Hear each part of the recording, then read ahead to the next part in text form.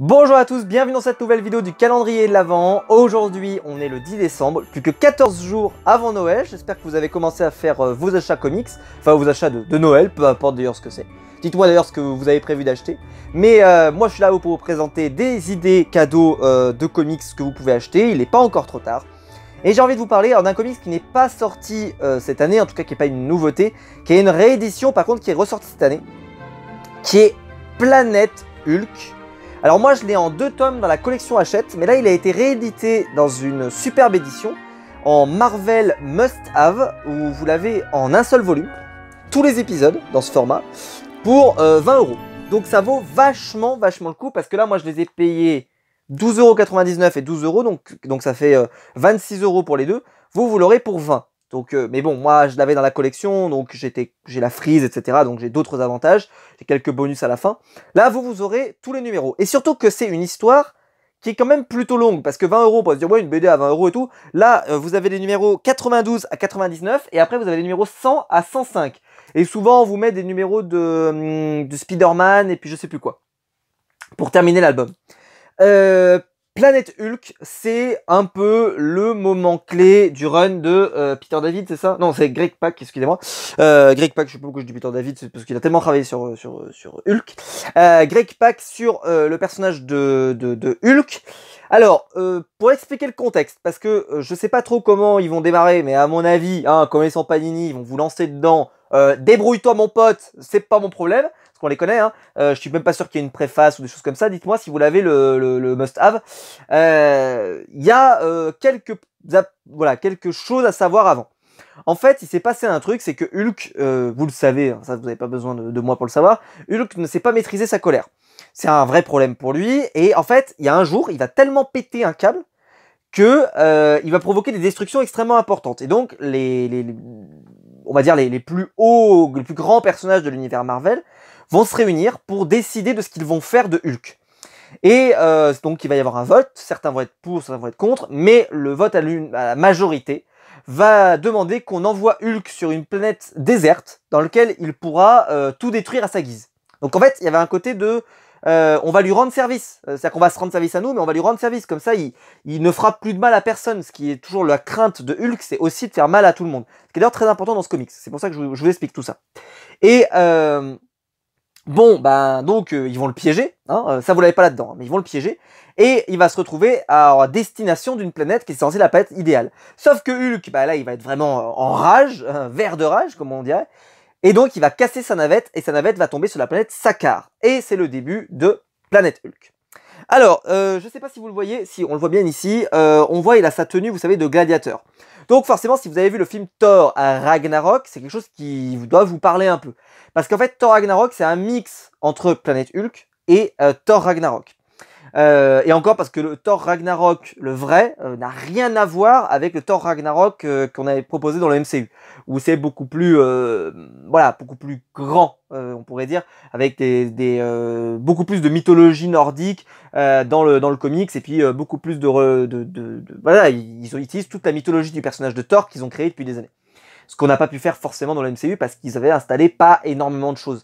Asgard était assez peu connu, mais forcément on n'avait eu que 2 films avant, donc ils ont dû un peu faire comme ils pouvaient. Et donc dans Planète Hulk, donc Hulk surtout sur la planète Sakaar, et il doit lutter contre le tyran local qui s'appelle le Roi Rouge, c'est ça de mémoire, et c'est ça le Roi Rouge, qui est un peu un empereur ultime hyper méchant. Et donc il fait combattre les gens dans une arène. Ça vous rappelle bien sûr le Thor Ragnarok, sauf que par contre, je vous le dis tout de suite, là-dedans, il n'y a pas de Thor, il n'apparaît pas.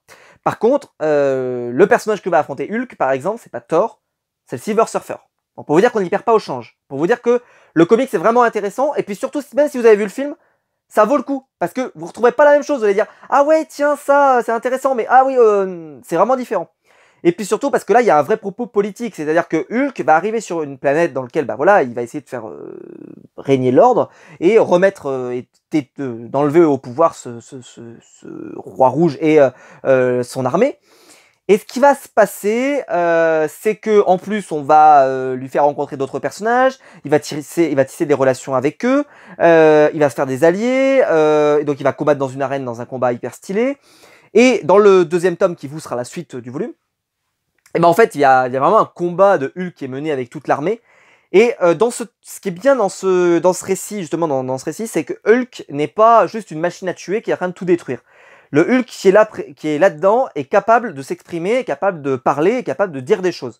Bon, il dit pas des discours grandiloquents pendant des heures et des heures, mais par contre, ce qu'il dit, il le dit avec du poids, en fait.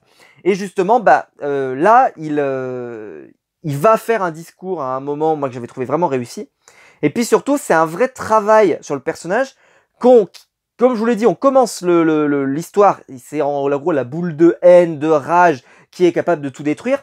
Et il arrive dans un royaume, sur une planète, dans un empire, dans lequel c'est lui le sauveur. Donc c'est lui qui doit sauver, c'est pas lui. Et là, il n'est pas là pour détruire.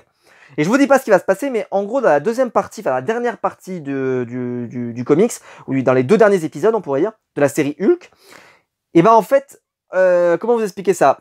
Hulk, il va y avoir, en fait, on va voir si il a évolué par rapport à ce qu'il était auparavant. Et le discours est vraiment joli. D'ailleurs, après, il rencontre donc une personne, par exemple, une femme. Elle est vraiment super intéressante aussi. Et je vous dis pas, la fin, elle fait un petit effet waouh. Donc ça, c'est plutôt cool. Quand vous lisez un comics, vous savez, on dit beaucoup, il faut des cliffhangers. Là, il y en a quelques-uns. Mais il y a la fin, un petit effet wow. C'est-à-dire que vous faites « Ah ouais, c'est pas mal ». Je parle pas de la fin de la série en elle-même, parce que souvent ils vous mettent Spider-Man à la fin, bon c'est pas très intéressant. Par contre, la fin vraiment de l'ère Planète Hulk est vraiment sympa. Est vraiment sympa parce qu'il y a vraiment un truc, on sent que ce récit a marqué le personnage et a marqué l'histoire du personnage. Et ça t'engage pas mal, voilà, ça t'engage pas mal. Donc je vous le recommande. C'est la série The Incredible Hulk. Alors je vais vous montrer à quoi ça ressemble au dessin. Parce que c'est plutôt très beau.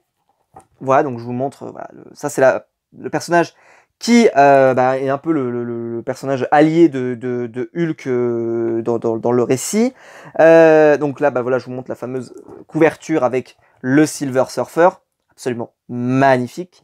Que moi j'adore. Bon, je suis très très fan du Silver Surfer, donc forcément. Mais là, voilà, ce style de combat hyper magnifique avec des magnifiques dessins. Donc c'est Carlo Pagulayan et Aaron Lopresti. Bon, je vous cache pas, ce sont pas des dessinateurs et auteurs que je connais et que je suis de manière très classique. Mais je trouve que en termes de couleurs, c'est très très très très beau. Moi, vous savez que je suis très très... Je parle souvent des coloristes parce que je trouve que le boulot d'un coloriste est vraiment très important. Et là-dessus, il y a vraiment un super travail. Donc l'édition de Panini, c'est à peu près la même, sauf qu'elle est en un seul tome. Et puis c'est un peu, il y a de la baston, il y a de l'action, il y a une bonne histoire, elle est bien racontée, donc je vous le recommande si vous l'avez jamais lu.